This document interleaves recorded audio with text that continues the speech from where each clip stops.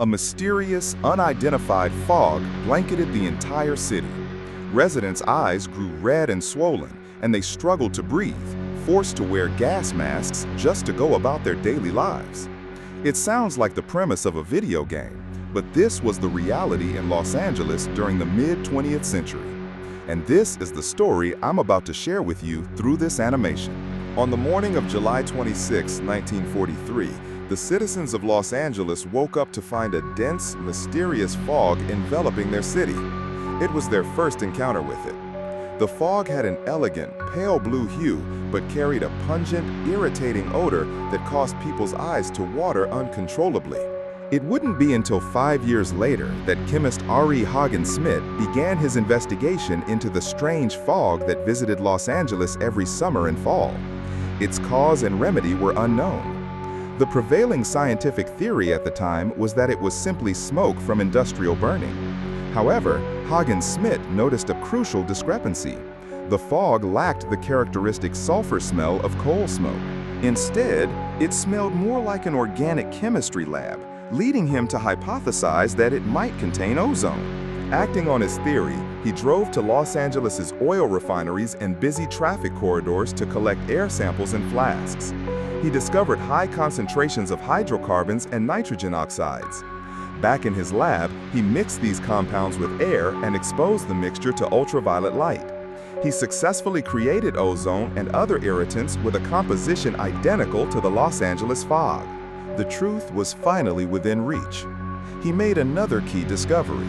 Stretched rubber tubing would rapidly age and crack when exposed to the fog.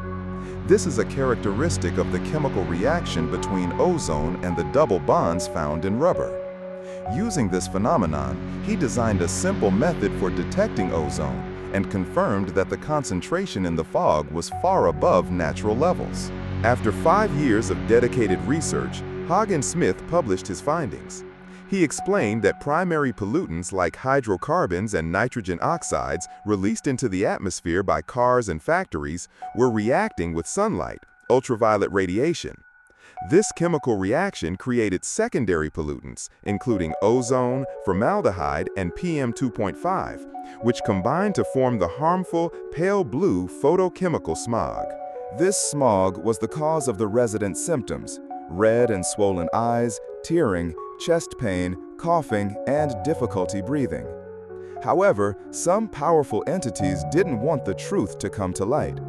America's automotive and oil industries, two massive interest groups, denied his conclusions.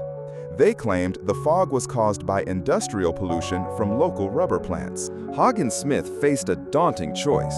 On one hand, the smog had plagued Los Angeles for a decade, forcing citizens into the habit of wearing gas masks and disrupting their lives.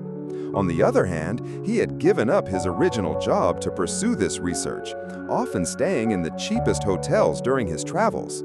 He stood alone against two powerful industries with little chance of winning.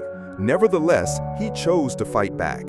By comparing data from before and after the rubber plants closed, he proved the smog's existence was unrelated to them, refuting the baseless claims of the interest groups.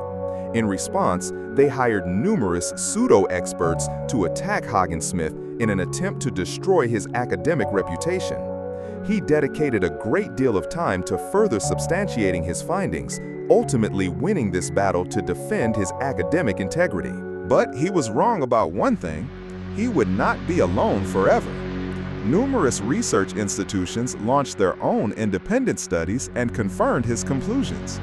True scientists will always stand up to support one another. He continued to publish papers, educating the public on the causes of photochemical smog and advocating for government policies to control vehicle emissions. His efforts led to the passage of the Air Pollution Control Act in 1955, the first federal law to fund air pollution research. In 1970, the Clean Air Act was amended, authorizing the Environmental Protection Agency, EPA, to establish national standards for vehicle emissions. Then Governor of California, Ronald Reagan, appointed Haagen-Smit as the first chairman of the California Air Resources Board. Today, he is respectfully known as the father of air pollution control. Later, in 1976, Volvo automotive engineer Stefan Wallmann invented the three-way catalytic converter with an oxygen sensor. This groundbreaking technology reduced harmful exhaust emissions by an incredible 95% and is still a standard component in the auto industry today. Beyond exhaust emissions, Volvo began focusing on in-car air quality 65 years ago. The company restricts nearly 6,000 substances, 1,000 times more than the national standard of 6.